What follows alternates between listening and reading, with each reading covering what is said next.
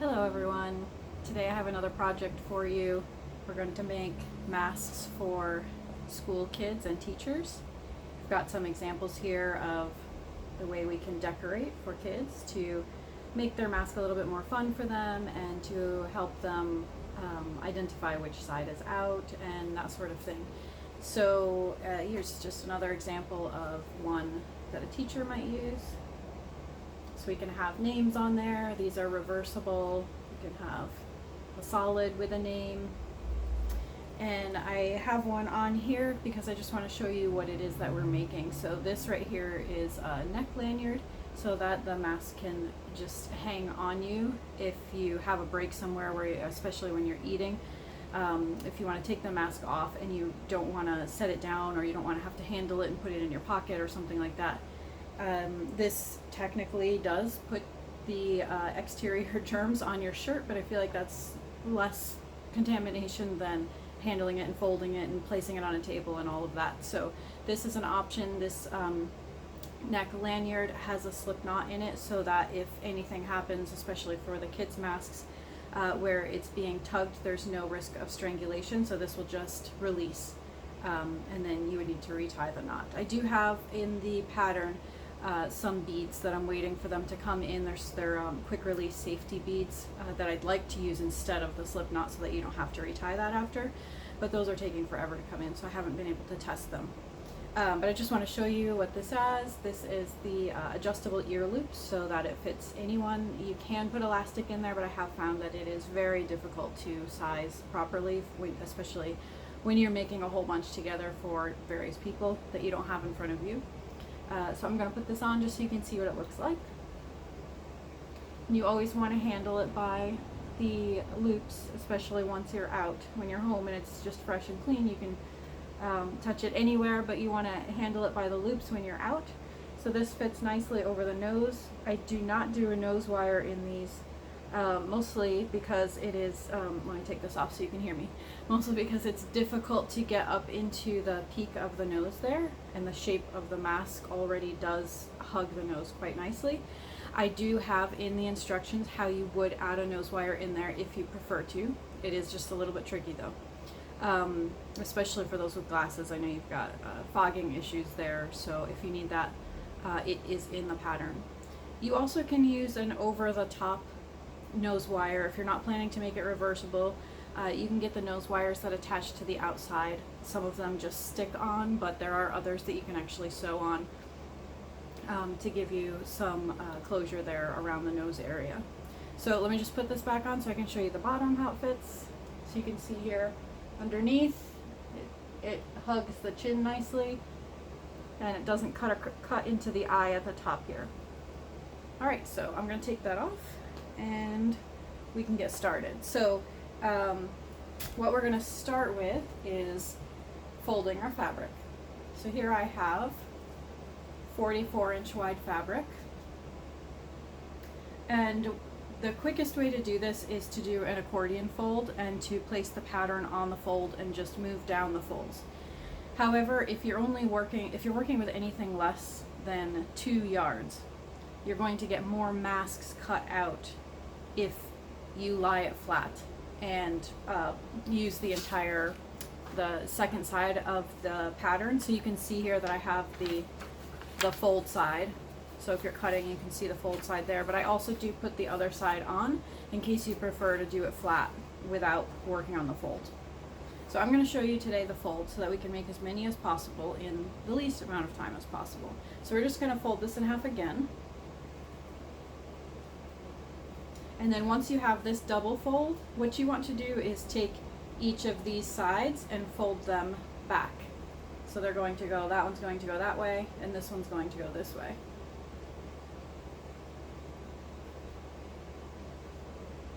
So now I have that. So this is 2-layer fold, a 2-layer fold. This is a 1-layer fold, a 2-layer fold, and then the salvage edges there. And what we're working with is the double 2-layer fold.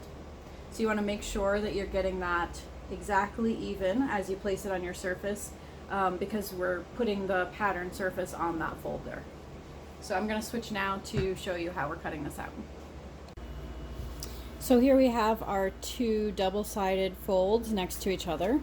We make sure that they're very clearly lined up, and we place the pattern on the fold. Now I'm going to use my rotary cutter to get through this, but this is 8 layers of fabric, so it's going to be a little bit rough.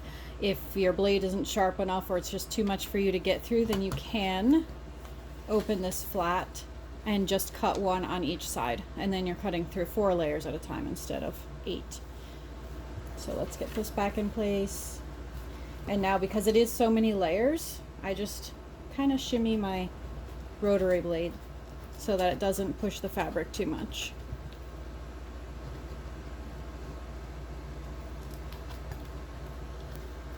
If you've got little edges that aren't perfectly clean, that's okay, because when you sew your seam, it's going to be smooth.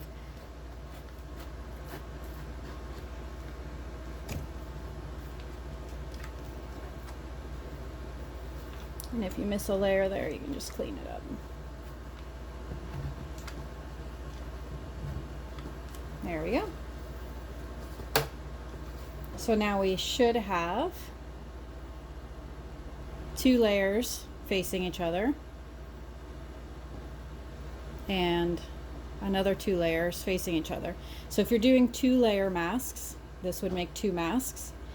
I do not do a filter pocket on these when I'm trying to mass produce, just because of the amount of time it takes. So if you prefer more protection, then you can do a 3-layer mask, which I'm going to show you with some other fabrics. So let's set this aside just for a minute and get our other fabrics here. So with the 3-layer mask, it's a good opportunity to use up some old fabric, or just fabric that you don't like anymore. And I'm going to do 1 layer of the green trains that we had. And then, since it's a reversible mask, I'm going to do yellow on the other side. Now the 3rd layer is just going to be inside of the mask. You're not going to see it. So that's why I say you can get rid of some fabric that you're done with. So I'll just get my 2 folds here.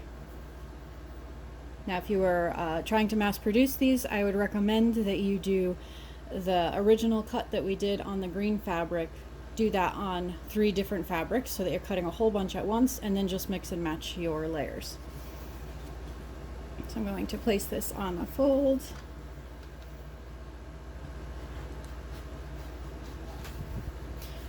Now everything that you see here, including this yellow square of fabric, I have linked in the resources page of the pattern.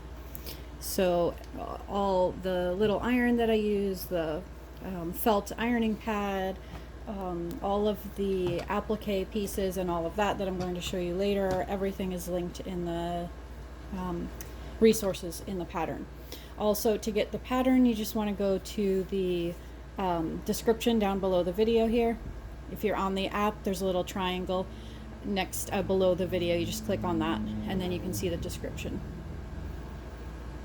Okay, so here now we have our 3 layers. So let's start putting these together. So what we're going to do now is take each piece and fold it facing each other, line up our edges, and then we're going to sew a 3/8 inch seam along both of the darts. And if you are trying to make a bunch of these all at once, the fastest way to do that is to just keep feeding them through the machine and cut them apart later. So I'm going to show you that now.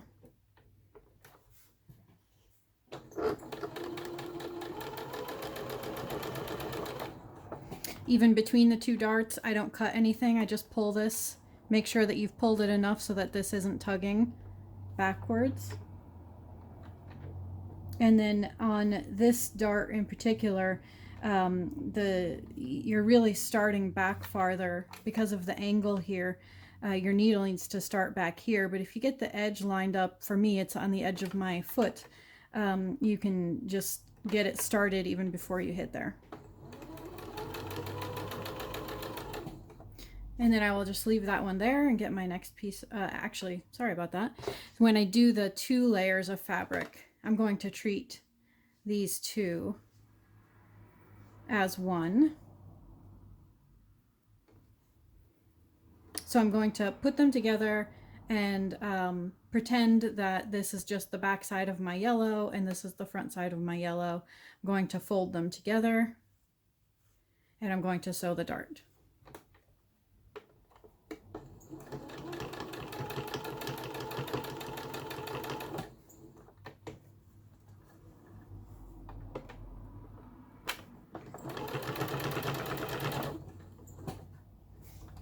And now I can pull these off and separate them. So at this point, if you're going to sew anything into the mask, you need to do that now.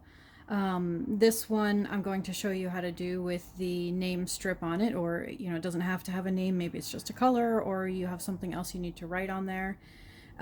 Also, if you decide to sew around your applique piece, you should attach that now and do the sewing to keep it secure.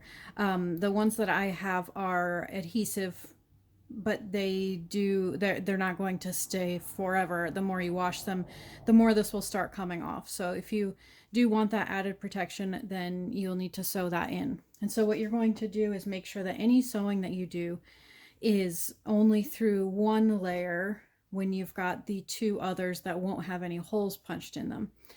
It also helps, even if you're just doing the 2-layer mask, to keep all of your sewing off to the side here. So this area around the nose and mouth is protected and doesn't have holes in it. And then your extra sewing stuff can be off on the side here where it's not as risky. So I just have my squares. I got these fabric squares on Amazon. These are 20-centimeter squares. And I've picked a blue fabric that I would like to put a strip onto this mask for. So this is just a 2-inch strip of fabric. It doesn't have to be exact. It's just so that I can fold over and have 2 seams and then attach it to the mask. So I'm going to start by using my iron to make a crisp edge. So you don't have to, fold it to an exact measurement. I try to aim for the middle.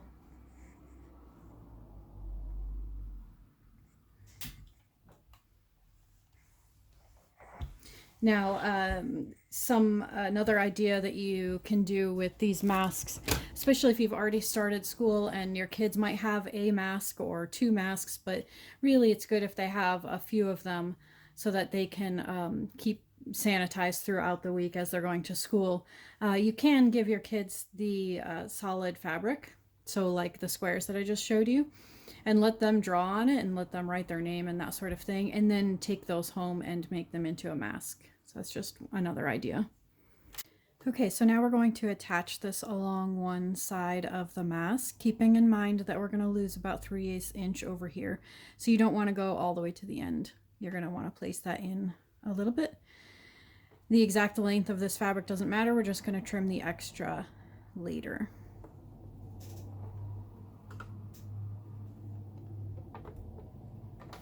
So I'm just doing a top stitch along both sides of this.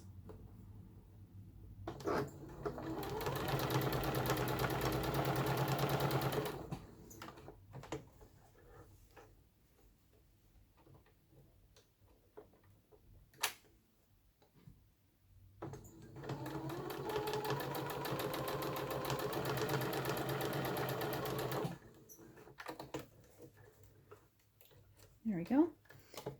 And now this is going to, on both ends, it's going to get secured into the seam, so you don't have to worry too much about back stitching on these. Now I'm just going to trim the extra amount.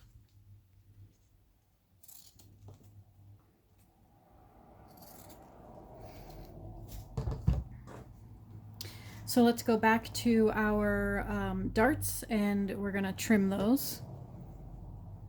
So you just want to clip around the curves just a couple of times there.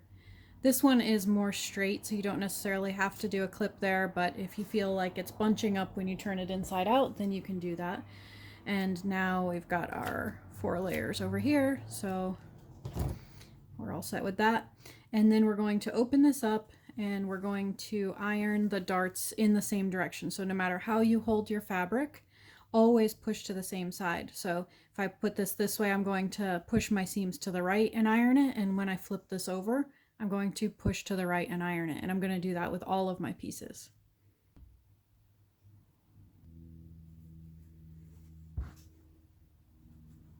When I'm ironing the curved part over the nose, I like to try to pull up on this while I'm ironing it to try to help push that curve into place. And then while it's still warm, I will flip it over and just push it out and make sure that all of that curve is being used.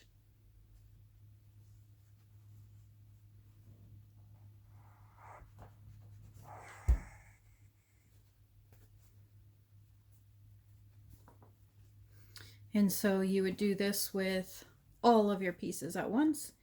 Doing them this way helps save time once you get an assembly line, or not an assembly line, but you can do all of the steps at the same time for all of the pieces. You end up saving a little bit of time actually.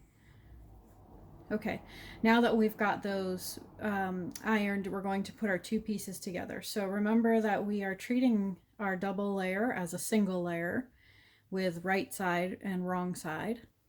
And we're going to put the two layers of the mask together now. So I have found that whichever layer I end up putting facing out versus the right side facing in with the curve, and it ends up sitting smoother when you flip it out afterwards. So if you have a favorite fabric, I tend to do that as the one that tucks in. And so we're going to line up our seams here so that the seam allowance goes in opposite directions. That helps us with our bulk there. And now I have just these little alligator hair clips that I use to hold it in place at the two seams. You can pin it if you want to. I am not a fan of pinning, so I just use these clips to hold it while I'm moving everything around. And we're doing the same thing at the bottom seam. And now we need to get our yarn for the sides. So essentially what you're doing here, this is the top and the bottom, and you can tell the difference if you're confused by the curve. There's more of a curve on the top and it's more straight on the bottom. So what we're doing here is we are adding one string in each side position, so 4 total. Or if you're using elastic loops, then you want one loop on each end so that the ends of the loops come out here, and then one loop on the end. And then if you're doing a neck lanyard, you want that to come out the bottom. So if you haven't cut your yarn already, let's do that. I'm going to use yellow for this particular one. I have a few colors. I have found that although white looks very pretty, it does get dirty fast, especially behind the ear, so you may want to avoid using white if possible, especially for the kids' masks. And here, let me just show you what this yarn is. So this is t-shirt yarn that I got on Amazon, and there are the details on that. And like I said, links to all of these products are in my pattern. So if you're cutting a whole bunch of these at once, the best way to do that is to make a cardboard sheet for the size that you need, and then wrap the yarn around it and slice down the edge. Since I'm just doing one here, I'm going to show you that I just place it on my cutting mat because I've got the 1-inch squares here. And since I'm doing the kids mask, I'm just going to come down here and make this the double of what I need. So I need 11 here. And then I'll take my rotary and just slice down there, slice at the middle point, and slice on the side. And I have my 4 ear loops. And now I need the lanyard loop, which is going to be 2 10-inch pieces. And so I'm going to just fold that around the 10. It doesn't have to be exact. And I'm cutting my 2 ends off. So now I have my 4 ear loops and my 2 lanyard pieces. Now you can open up these layers, get everything into place and pinned on both sides now, but I find that that takes a little bit longer. So what I do is, so I'm actually going to flip this over and start on the bottom corner. So I'm going to put in my lanyard piece and this side of ear loops, and I'm going to sew around it. And then when I get to the other side on my machine, I'm going to insert the other ones. So let's just lay this back, and we're going to get the lanyard out of the bottom, which is now up here. And we're going to get 2 ear pieces in, making sure that we leave about 3/8 of an inch for the seam allowance. You can get pretty good at guessing that amount. It doesn't even need to be exact. You don't want it to go too far in, because then when you turn it, this is going to get a little bit funky. So if you're going to err to one side or the other, just move in closer. Now we're just going to tuck all of this in between the layers, and actually it doesn't even matter if it sticks out the bottom right there, because we're not sewing there right now. So we just want to get our right side down. Let me flip that back for you. And if you line up your fabrics, then it will all work out in the end. This can get a little bit stressful because you've got bulk under here and nothing sitting flat, but you have cut out all of your pieces from the same pattern. So if you just line up your edges, then you should be good. Now that I'm on my machine, you can see that I've got my lanyard piece coming out the bottom, and I have my 2 ear loops coming out the side. They might shift around a little bit, but that's okay. I'm just going to get each one in its exact place as I hit it. So I'm going to start just past this lanyard, planning to leave an opening back here so that I can flip it inside out later. So I'm going to start here and work my way around the whole mask. So let's just turn this, get that in place. I'm going to drop my needle, and then we're going to backstitch over each of these yarn pieces. And I'm just estimating where my 3/8 inch is, where I'm going to stop and turn. And now while my presser foot is up, if this is out of place, I can take one of my clips and just push that back against the seam so it's all the way at the bottom. Close that down, sew and backstitch. And as I get closer to this side, if I want to straighten this out a little bit, I can.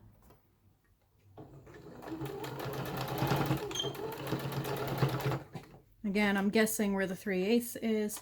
At this point, if you need to tuck your fingers in here and move any of your yarn out of the way, just make sure that this whole path is clear of yarn.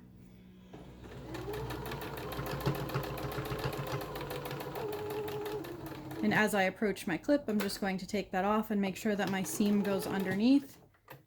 If it happens to pop up, then you can lift your foot as long as your needle is down and it's holding the fabric in place. We're going to flip that around.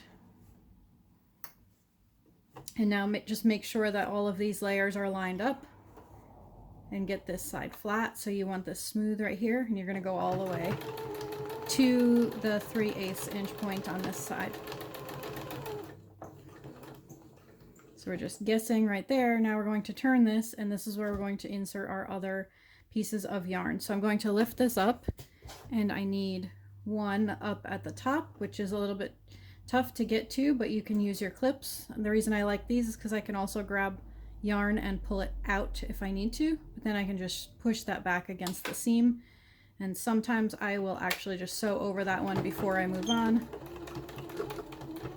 That one's secure. Now I've got my other ear loop. I'm going to get that in there, leaving a 3/8 inch gap.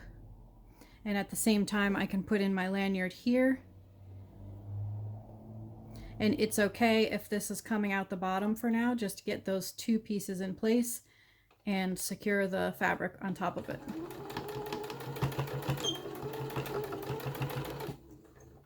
Turn, and once I get past this lanyard piece, then I'm going to neaten everything up. So now I'm going to be sewing along the bottom here, so I want all of these to be inside my mask. So I just take off my other clip and tuck everything in. This gets a little bit bulky, don't worry about it. As long as you've got your ends together and you've got a smooth edge, then you won't be sewing through them. So we're just going to continue sewing straight to the chin seam.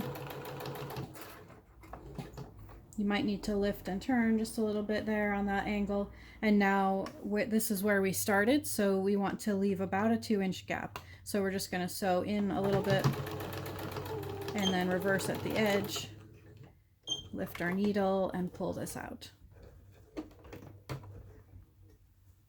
So here is what we have now. So I'm going to trim up my elastics, or sorry, not elastics, thread. And we're going to trim all of the corners and the extra bulk. So I'm especially going to get right here at the nose piece. I want to get rid of all of that extra bulk. Just don't cut too close to it because then it will start fraying through. I want to get rid of some of this extra bulk here and then my corners.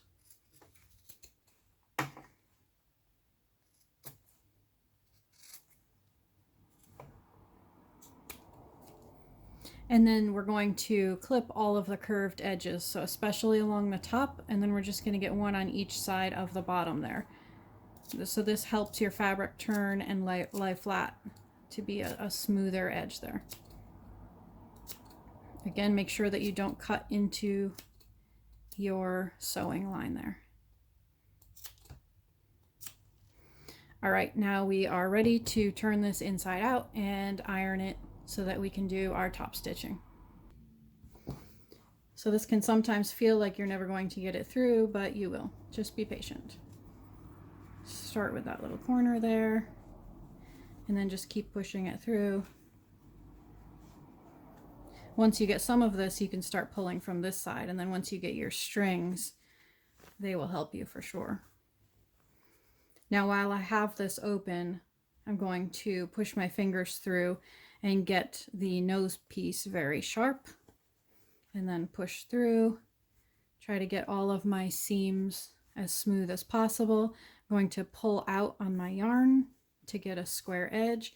If you're very good about sewing right into the corner, then that will pull it square.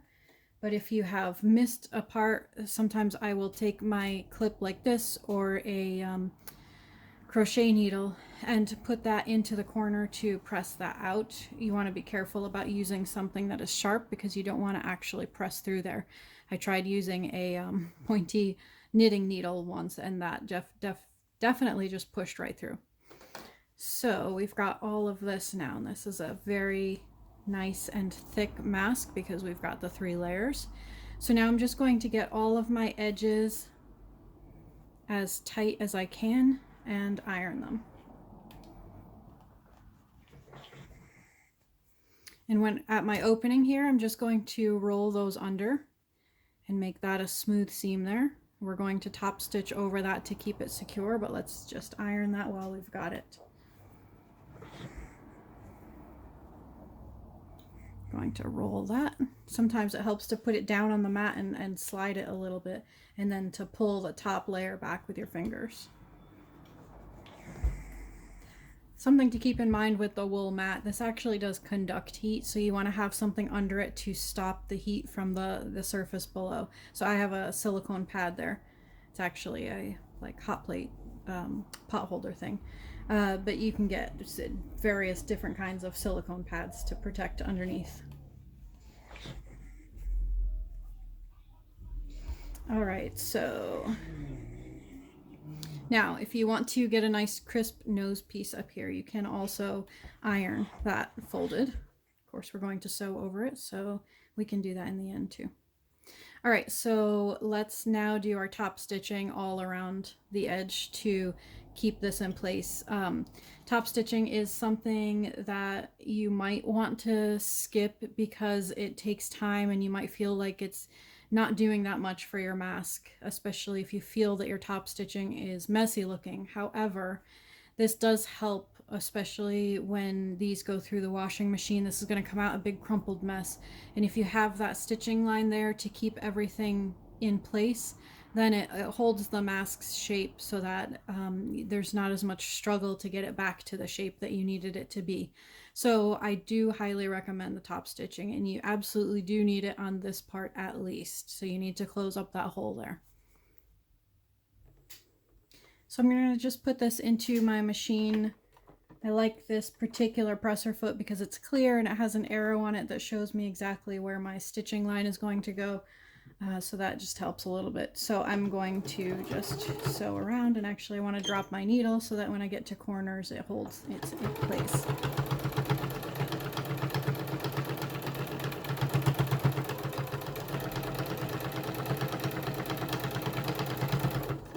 Another nice thing about the top stitching is that it's one more connection to secure all of your yarn pieces.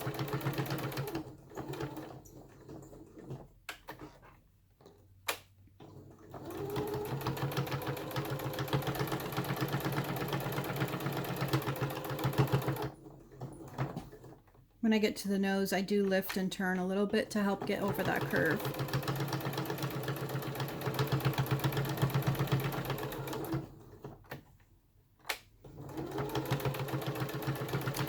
And then when I get back to the beginning, I do like to turn and just double over a little section of it. Similar to back stitching, it's just a different way to do it. So now I can clear this off, clean up my threads there, and now I have an almost finished mask. Now that we have everything sewn together, we're going to tie all of our ear loops. So this is going to be a slip knot. So basically what you're doing with a slip knot is you're tying a regular knot and making sure that it goes around the other piece. So if you were to just tie a knot around your finger, you would do this, and then you would put it through and you would pull. We just want to make sure that that other string is going through the middle of there when we tighten this. So what we're going to do is put the other string in the position of our finger, and then, put this string in the position of our finger, and then tie this one around it. So you're going around, over, now you can secure it there and pull your finger out, and then push this through. Now I like the ends of this to be short, so I will pull from this side a little bit, pull from that side, pull from this side, and then just get that as short as I can. So that is one slip knot that can slide along the other string. Now we're going to turn it around and do the same thing. So we're going to put this one along our finger, and we're going to tie this one around it. So we're going around, leave that open, push that through, and now we're going to pull from this side.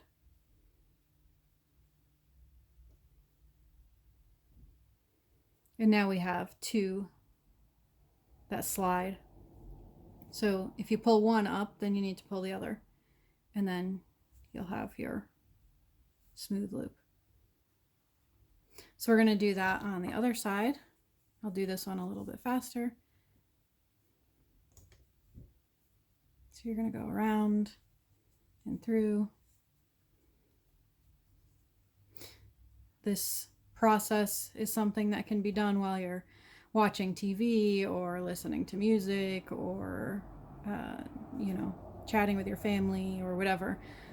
You don't need to be at your machine for this part, so you can save all of this for the end. Sometimes I would save this for the evening, and then I would just have my pile of masks that I would finish doing all of my tying on. And now for the neck lanyard, we're just going to do one of those. So let's tie this one around. And through. I want this one to be nice and tight so that it does hold. It's a little bit stronger pull through there. But then if there is pull on this, it will just come out. So there's no risk of strangulation. So then you would need to retie this. So whoever has this mask needs to know how to do a slip knot. Or when those beads come in, I will put an update down below in the description in order to let you know how those worked out. So now let me just get this apart. Of course I tied it tight. And let's get this retied on here.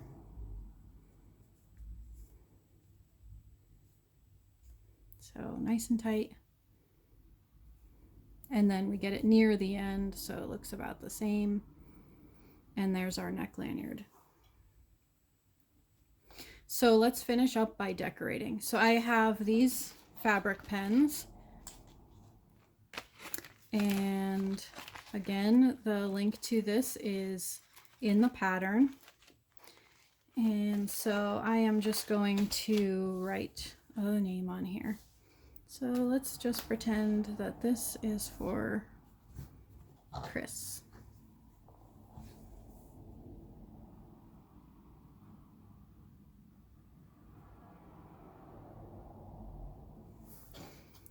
So there we go, we've got one mask with a name, and now if we want this to be reversible, we can do all kinds of things on the other side. So I am going to show you how I do the applique. This is just one that I picked to go on here. This is self-adhesive, so I'm going to use my iron for it, and this came in a batch like this from Amazon. Again, the link is in the pattern. So let's get our iron. Now we want this to sit flat, and I'm going to do this just at a little bit of an angle. And now we put a couple pieces of fabric on top of it to protect the applique piece. And then we're going to press for about 15 seconds, press hard.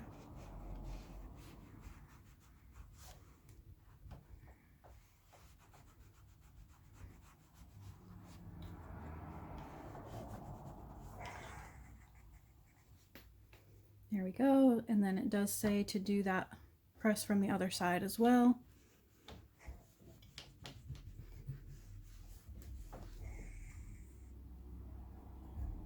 And now I'm going to let that cool. If I pulled on it now while the glue is warm, it would come up, but I don't want that to happen, so I'm going to let that cool. And while that is cooling, I'm going to write a name on the other side.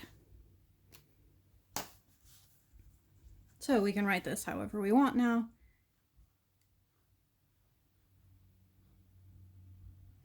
You can draw on it and do squigglies and all that sort of thing, whatever you'd like. But now you have a two-sided mask.